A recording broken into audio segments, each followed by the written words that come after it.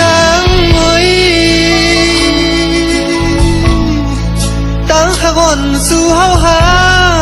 สั่งเปมามีลองยาต้นตาตีลาความโตกันก็มันมีลองตั้งคันเจอหน้าเยามือก่อนเฮาเลยมีวุฒิสังลาตาตีหันกันตาตีเอากันใจมุงมองตานหือก่อนางเอ้ย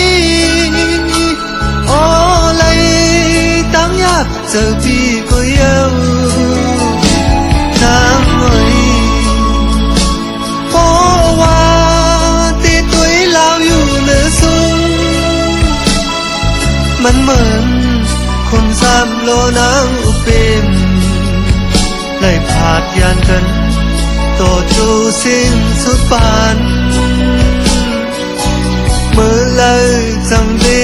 ค่อยขึ้นกันต่างหากเขาหาก็จอนั่งนั้น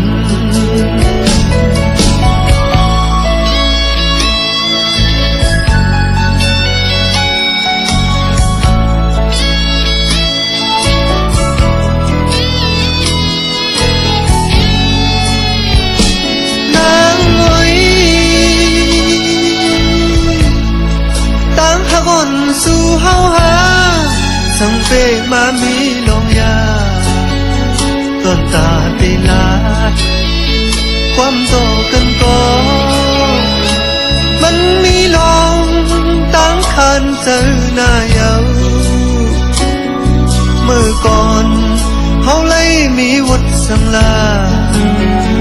ตาตีหันกันตาตีเอากันใจมุงมองตานหือก็นางเอ้ยโอ้เลยตั้งยากเจอพี่ก็เยาวนางเอ้ยเพราะว่าตีตุ้ยลาวอยู่เหนือสูง